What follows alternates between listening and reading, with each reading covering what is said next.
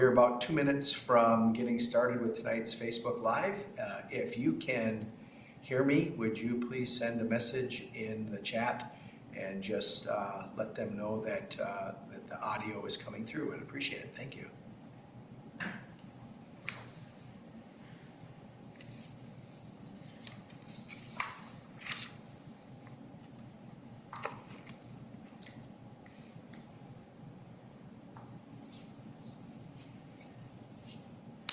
Thank you. We'll get started in about 1 minute.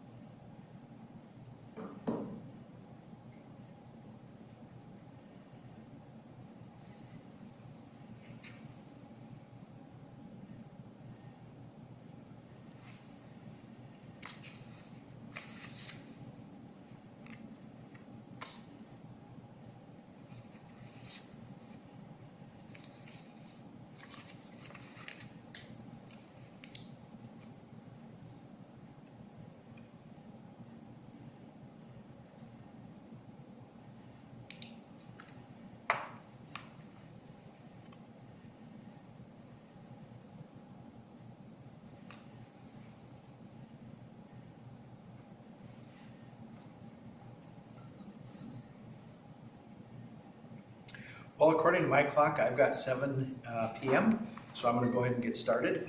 Good evening, everyone. Welcome to the February 2023 Facebook Live. My name is Brad Bergstrom, and I'm lucky enough to be the superintendent here at Sauk Rapids Rice Public Schools.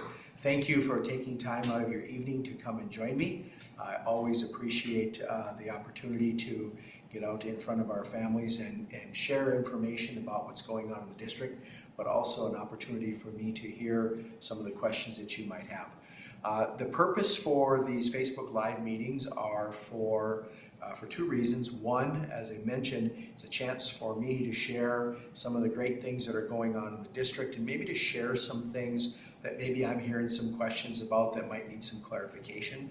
But it's also an opportunity for you to ask me questions.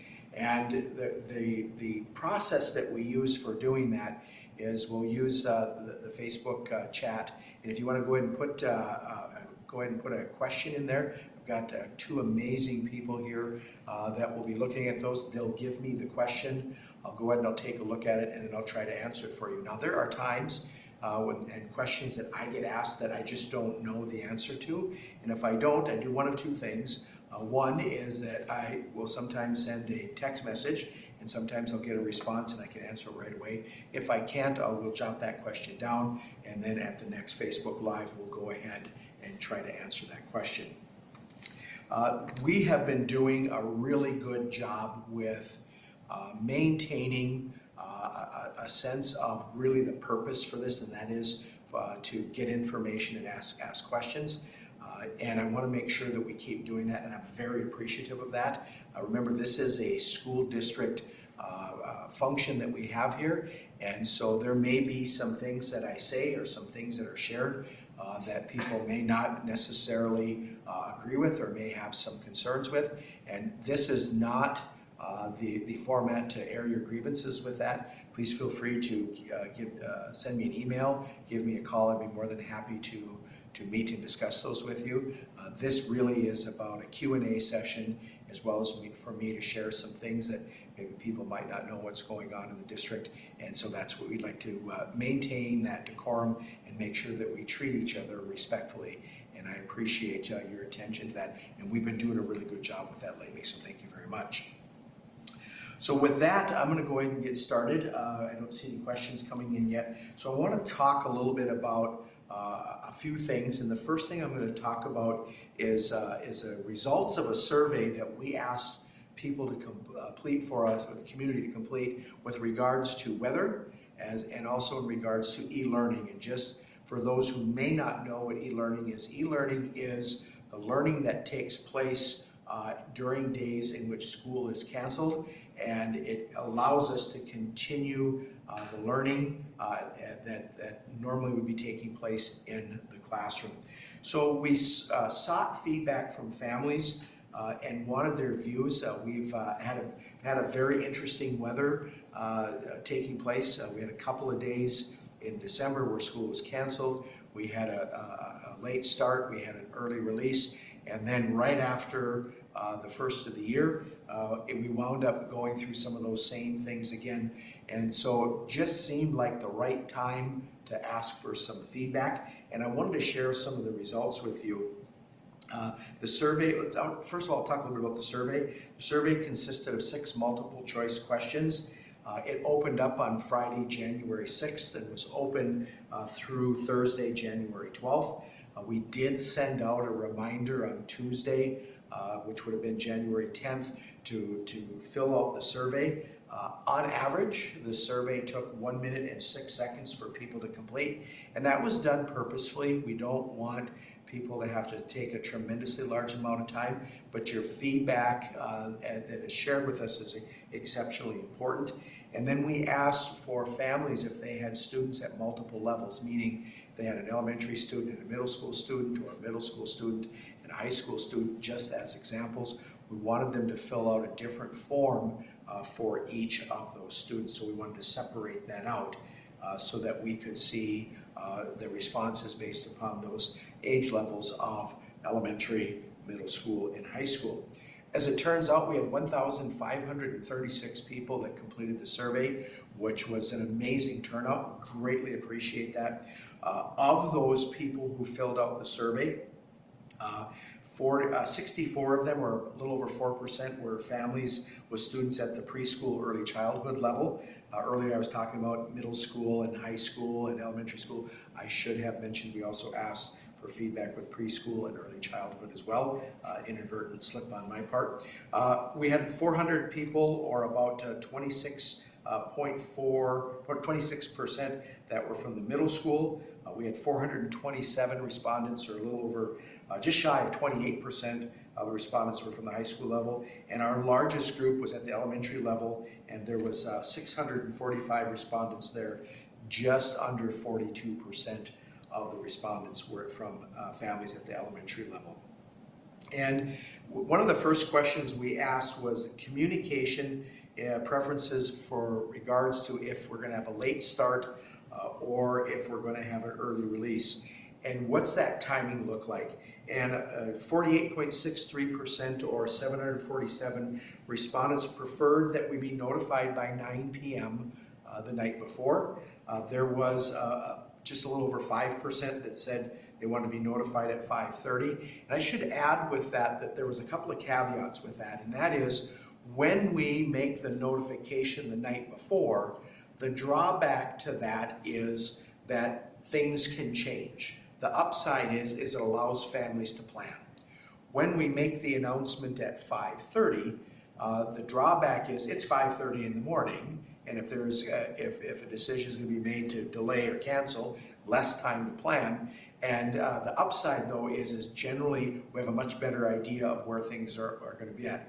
Although this year we have had things that at 5 a.m. looked like we were going to be able to have a late start, for example, and then we wound up canceling school because the weather made a shift at such a late hour.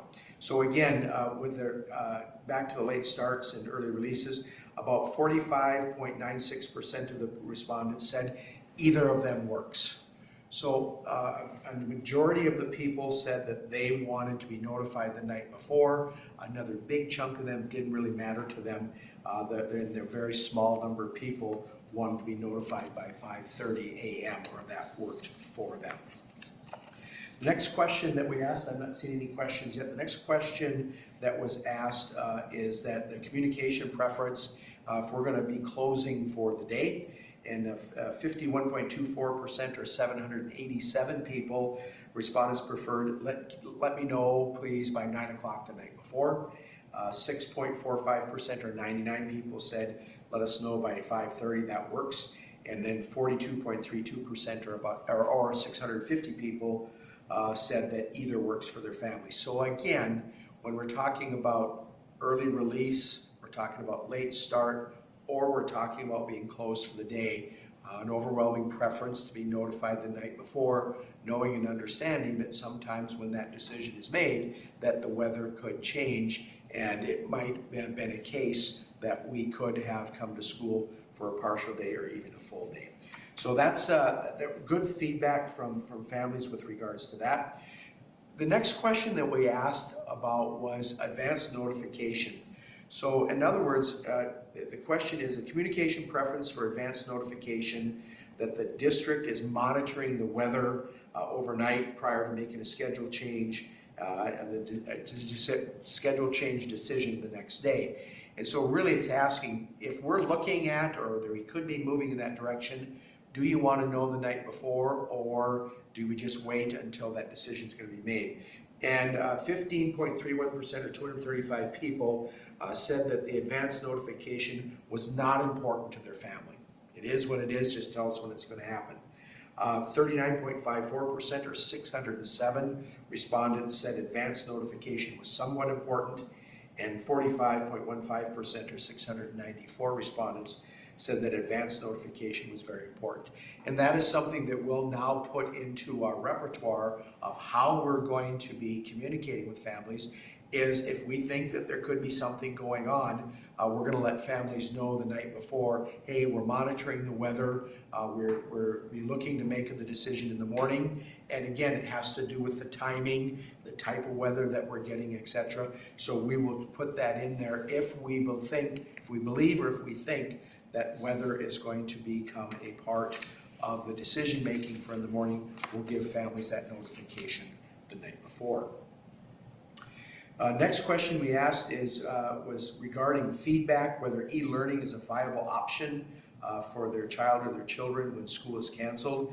And 78.91% or 1,212 people indicated that it is a viable option for their child or for their children. We had about 14.84% or 228 respondents indicated that it wasn't very good for them, and we had 6.25% or 96 that really didn't have an opinion. So overwhelmingly, families said that e-learning is a viable option for their families. And then the next question said, when asked for feedback regarding the use of e-learning days versus the use of school scheduled makeup days. Just as a little reminder with this, up until this year, what we would do is if school was canceled, the first one was a snow day, didn't have to be made up. But then the ones that came after that, we had days set aside on the calendar that those days would be made up as a part of school being canceled due to weather.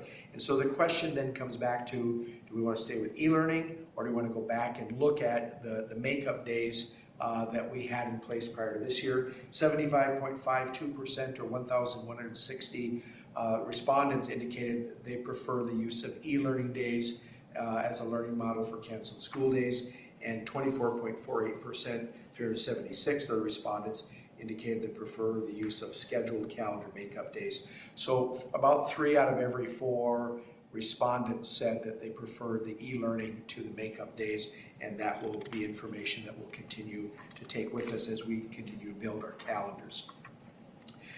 So again, key takeaways from our weather survey really revolved around 3 things. 1, families prefer the decision about altering school the next day to be made the night before.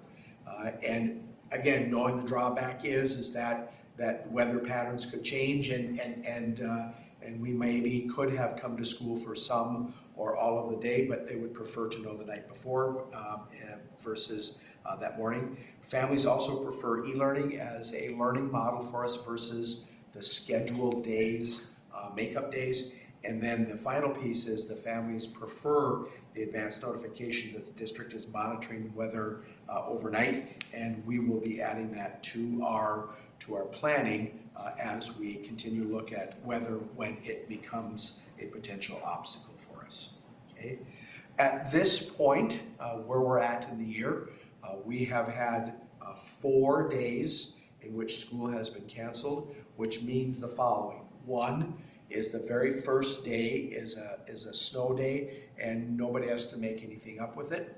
Number two, we've used 3 e-learning days up to this point. We can have a maximum of 5 by state statute, which means we have 2 e-learning days left. And based upon the calendar that the board adopted, if we have to move beyond 5 e-learning days, knock on wood somewhere that we don't have to, but if we do have to move beyond it, then we'll have to start looking at making up those days. And so if we can, if anybody has any pull, any connections that we can keep the bad weather to times in which it's not impacting school, I know this superintendent would appreciate any help with that. The getting up at 3:30 and 4 o'clock in the morning to see where the weather is at, those days are not any fun at all. So again, we have used 3 of our 5 e-learning days that we can get. We have 2 left, which means we have 2 left. And if by chance we move beyond those 2 e-learning days, move beyond the 5 that we can utilize, then we will have to start looking at the possibility of making up days. Looking to see if there's any questions. So I'm going to continue sharing some of the information that I have with you. Kindergarten registration. The district is excited to offer access to the kindergarten resource page on the district website. To get started, families can go to www.isd47.org and to view the kindergarten resources and or register online. The electronic resources include getting started with registration and preparing for kindergarten. I think it's the class of 2036 is the class that we're talking about, which is that's 2036. That just makes me stop in my tracks right there. But what an exciting time for those students and for those families, and for us as a district as we get ready to welcome the class of 2036. If you have attended early childhood in their district, you still need to register. Some people think, well, I went to early childhood either at Rice or I went to early childhood at Hillside, therefore I'm in the system, I don't have to do anything. Nope. Everybody who, regardless of where if they went to daycare or they attended Hillside or Rice, we need everybody to register, so please do that. The enrollment is open to access the online resources is open now. We will have an open house in each of the elementary schools, commonly known as Kindergarten Roundup, and we'll be doing that on Monday, February 27th, 2023, and then additional building information will be coming out. So part of the reason to help to get registered early is we know who you are then, and we can get that information out to you. Kindergarten Open House is really a great opportunity for the children to meet and interact with our kindergarten teachers and tour the school, as well as for parents and guardians to get a chance to submit any other forms. Some of the forms that we need to have include birth certificate and other pieces like that, and so we can certainly help families make sure that they get the information that we need to have in order to get your child enrolled in school. Again, you can start the registration process online today. It's been open for several weeks now. If you register online and have the documents that need to be uploaded, you can go ahead and do that. If you have some questions or concerns with that or with uploading the documents, just come to the open house and we can help you with that as well. Some of the documents that you're going to need, I kind of alluded to it a little bit earlier. We need to have an original birth certificate, and a copy will be made and the original will be returned to you, but we need that original birth certificate, the immunization or shot records, and a physical form, and then proof of residency, such as a recent utility bill, are the things that we're going to need to have. Again, we're very excited to be offering the Kindergarten Roundup, the open house, which will be taking place again on Monday, February 27th, and there will be more information coming out from the buildings in regards to open house at the elementary buildings. I think there's a question that's coming, so I'm going to step and get that right now.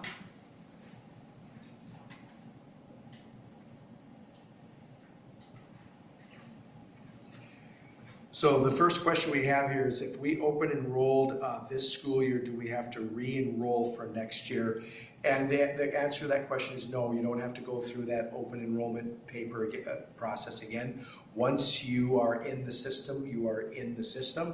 And so there is not anything additional that you need to do with regards to that. Great question.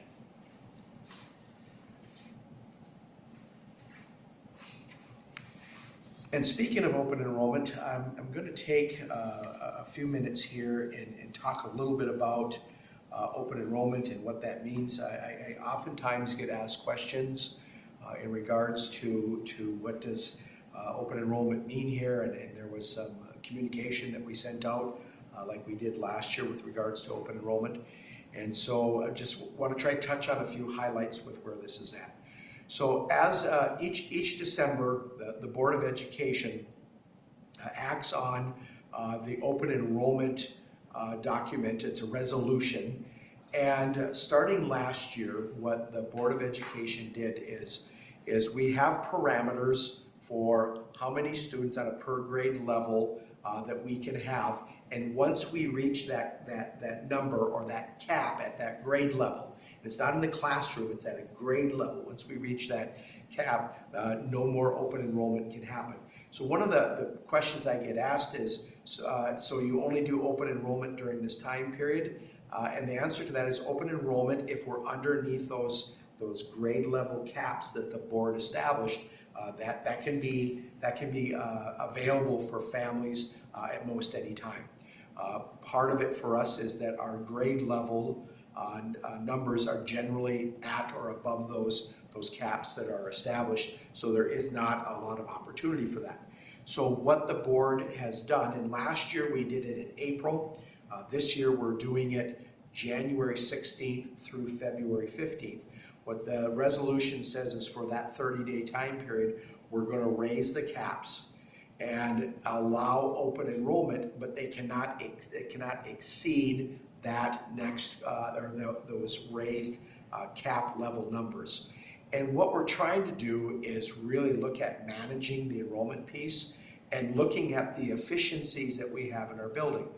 For example, when we brought the new Pleasant View online, which is an amazing building, and thank you to the community for your support and voting to approve that, it allowed us to, as a part of this process, we were able to add another section of classrooms at each grade level.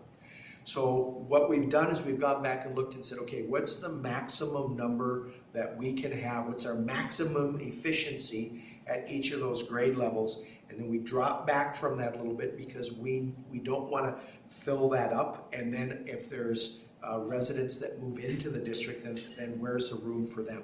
So during this 30-day time period, January 16th through February 15th, the caps have been raised at the grade levels.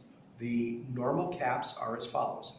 Kindergarten is 300, grades 1 through 5 are 320, and grades 6 through 12 are 340. During this open enrollment 1 month time period, those caps get raised. So kindergarten through 5th grade is 340 students, and grades 6 through 12 are 365. Now, does that mean that if we get there, that it means that everything, the efficiency is maximized? Nope, there's still some room. So should somebody move into the district, say over the course of the summer, we still have the flexibility to bring them in and not overfill our buildings. And so at the end of the day, this time period is open. There's a process, an open enrollment process. Earlier there was a question about filling out the open enrollment paper, and yes, that needs to happen. And a couple of things with that. Of course, at the middle school or the high school level, there's only a choice of one building.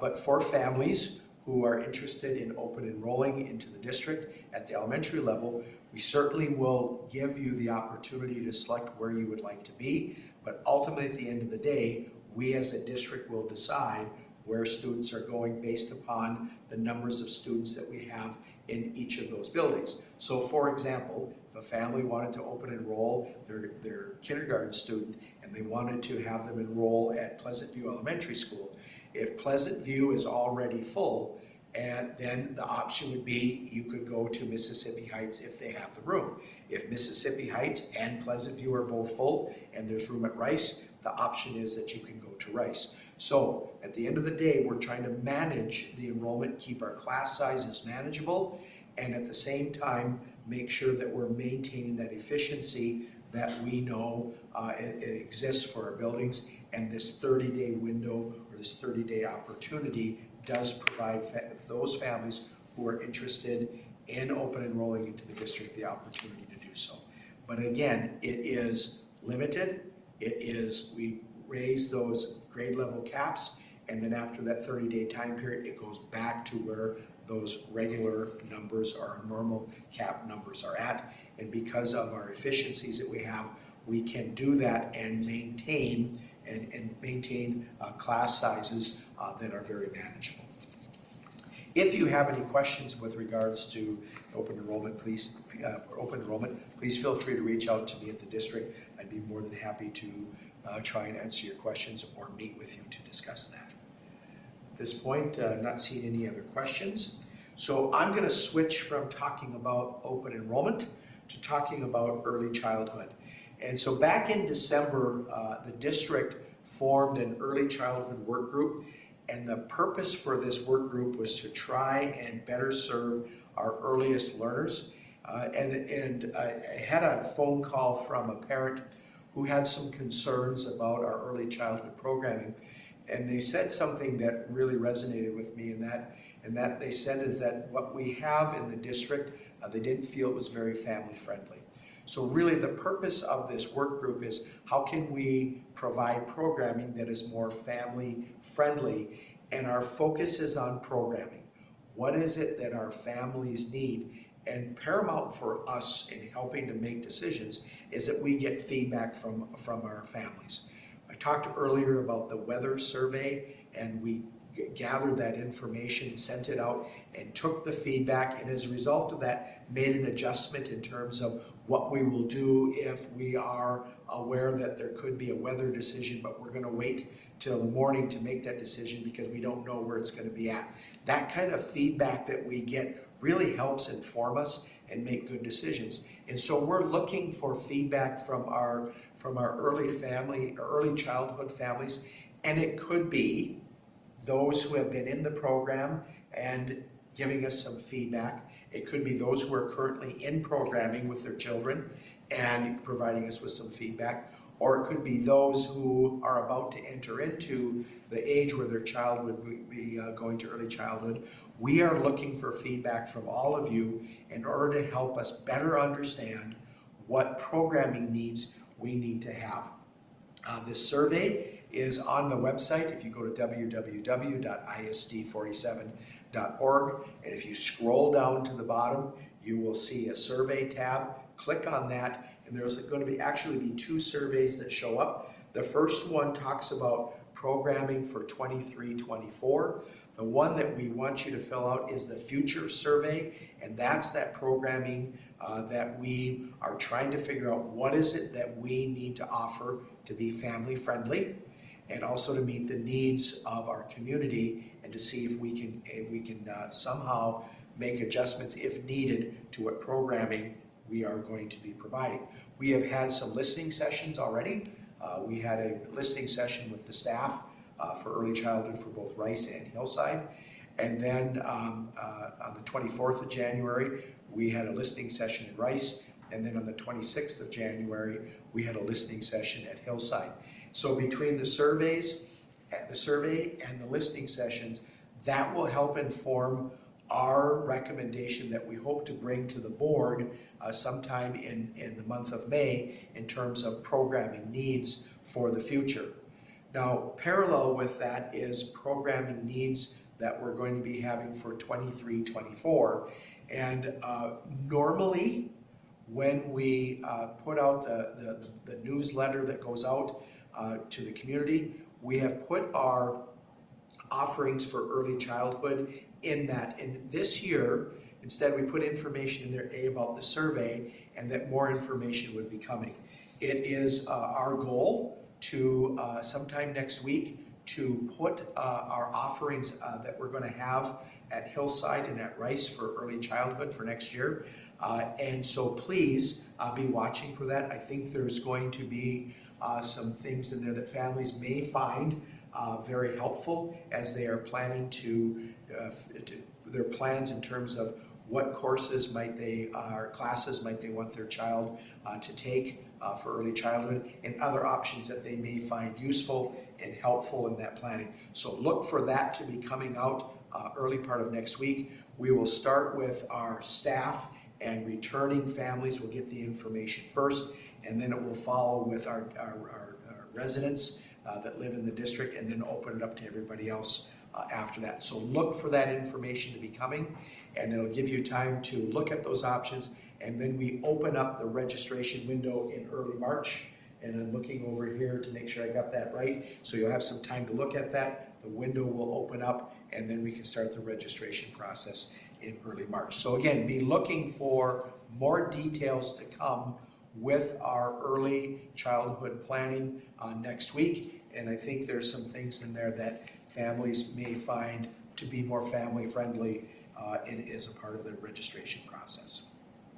If you have any questions, please feel free to reach out to Hillside with regards to programming there, and also feel free to reach out to Rice Elementary if you have concerns or questions with early childhood programming there as well. Not seeing any questions yet, so I am going to continue to talk about some of the things that are going on in the district. Want to let you know that Stars of the Storm, which is an amazing night that is a fundraiser for the Sauk Rapids Rice Education Foundation.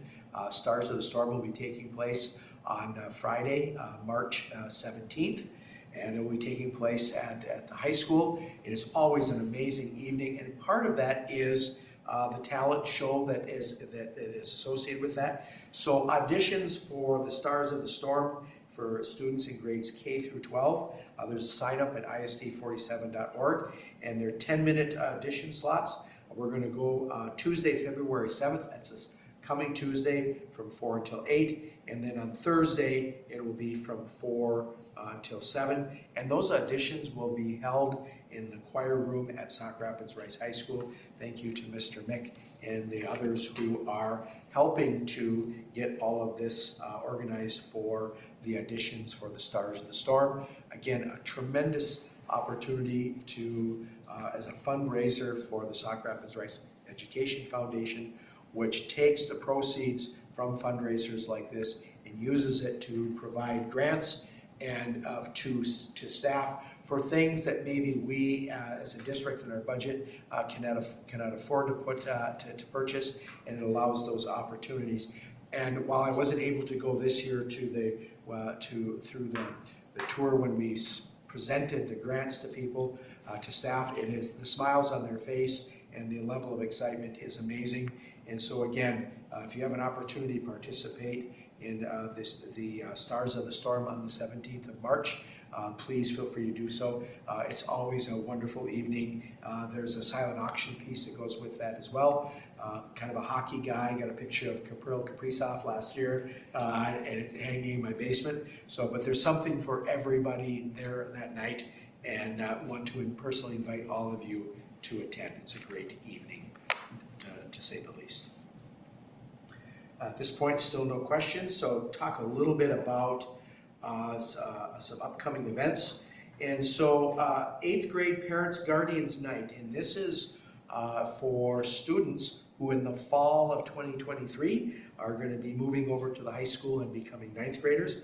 That will be February 6th, that is this coming Monday, February 6th, 2023 at 6:30. It will be here at the high school. I say here because this is where this is being live broadcasted from. It'll be in the PAC.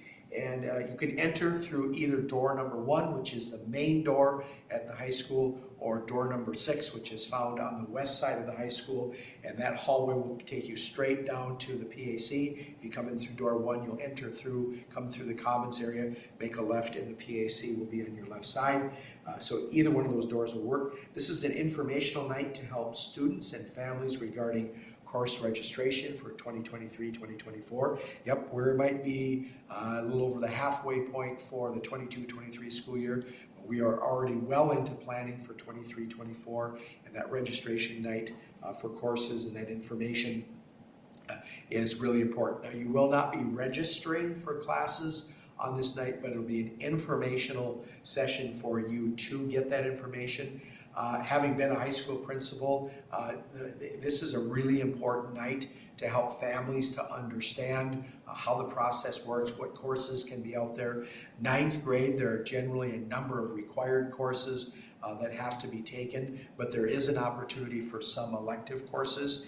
And so if you can make that night work, it will give you some very valuable information.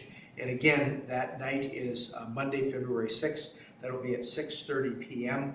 And we do encourage families to attend so that they have an opportunity to learn more and ask questions. And if you have any questions, please feel free to reach out to the Sauk Rapids Rice High School office. That number is 320-253-4700. Again, it's 320-253-4700. Elementary conferences are coming up. February 9th and February 15th from 3:30 to 7:30. Rice sign-up was for in-person meetings, and parents can reach out to classroom teachers to request a virtual meeting if they want. For Mississippi Heights, it's a sign-up is for in-person. Parents can reach out to classroom teachers to request a virtual meeting if they want. And Pleasant View, there will be more information coming with that. So again, elementary conferences, February 9th and February 15th, and that will be from 3:30 to 7:30 each night. There's also going to be a post-secondary enrollment options information night at the high school. That will be on February 13th. That will be Monday, February 13th from 6:30 to 8. Students who have expressed interest in post-secondary enrollment option, which could be taking courses at the college level outside of the high school.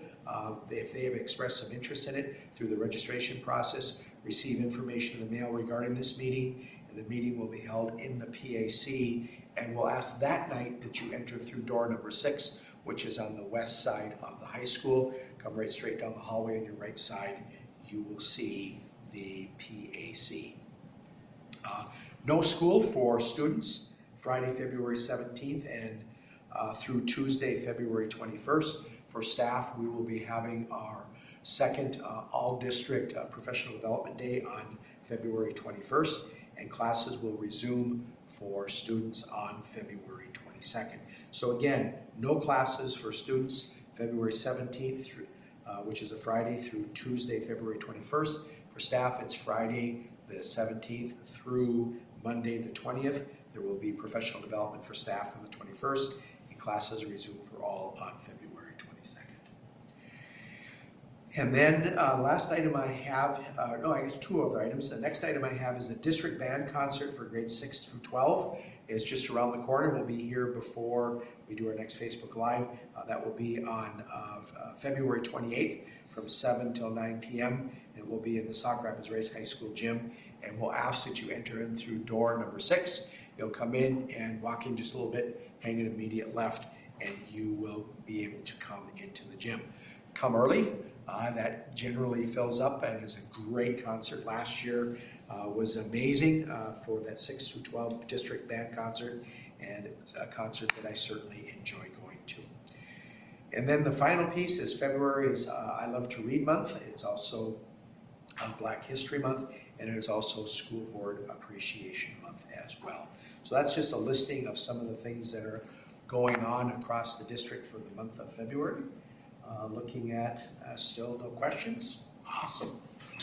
Means we're getting everything done. Oh, maybe not. Here we go. So the next item that I want to talk about is something that learned recently, and we're also going to send this information out to families as a part of our top 3, which we do try to do every other week, every 2 weeks. And it has to do with watching storm activities that are being streamed. So some of our storm activities are streamed by the activities office via YouTube. And they're really being done so if you're unable to attend in person, you can check out and see what's being streamed. Oftentimes it's just the camera is kind of sitting there and then events are taking place and you'll be able to see that.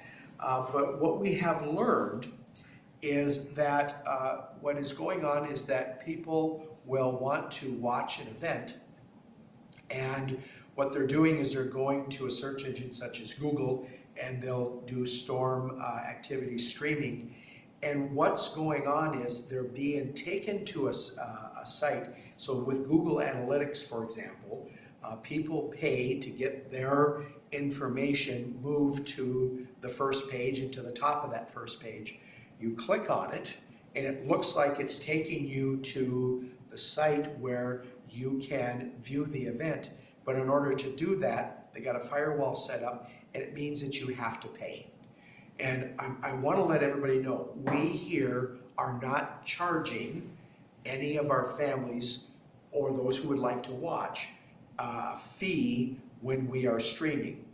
So what we'd like you to do is you can check and see what is being streamed by going to the Storm Activities page, which is storm.isd47.org, and then click on the Watch Our Activities Here via YouTube button. And so rather than doing a search and then possibly being misled to a site that's going to charge you money, and the district does not charge, but this is not just happening with us, it's happening across the state, and the state high school is aware of this. You will be able to see what events will be streamed under upcoming live streams. It's easy to do and it's free. So go to our Storm Activities page, don't do the search, storm.isd47.org, click on Watch Our Activities Here via YouTube, and you will be able to see what events are being streamed. Now the other piece is that there are other schools in the Central Lakes Conference that are streaming. Some of them do charge, but if you want to watch those, you certainly can go to the Central Lakes Conference page. Again, if it's an event here, don't go there. Just go right to our webpage, click on the events that are being streamed, and get in, and there's no charge. Don't do a search. If we are playing an event that is away from here, go to the Central Lakes Conference webpage. Activities are being streamed. They have a little icon that looks like a video camera. It says live. And then you click on that, it will bring you to the hosting district services. Most of these are free, but some school districts do charge for their services. Storm Activities is dedicated to providing high quality, positive experiences for students in education-based activities. And Storm Activities programs strive to encourage participants to chase their passions while challenging them to grow in areas of accountability, composite, and integrity. By doing so, we continue to develop participant and community pride in being a part of the Storm. We would encourage you to watch activities on YouTube, our YouTube channel, if you are unable to get there. So again, just to recap, if you are interested in watching an event that's taking place here in the district, go to the activities webpage, that's storm.isd47.org. Click on Watch Our Activities via YouTube button, and there you'll see a listing of who they are. And we will stream or live stream not only our activities, but also some of our events like the plays and music events, etc.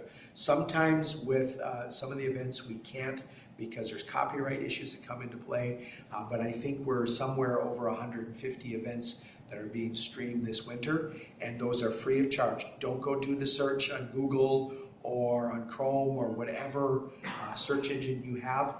That may take you to a site that will wind up charging you, and we do not charge. So just go to our webpage. If we are participating and it is an event that is away from Sauk Rapids Rice Public Schools, go to the Central Lakes Conference website. There you'll be able to see a listing of activities that are being streamed by looking for, it looks like a little video camera, and it says live, and while most are free, some may charge. Again, don't go do the search, go to the Central Lakes Conference website, and you will be able to get a chance to see those activities that are taking place.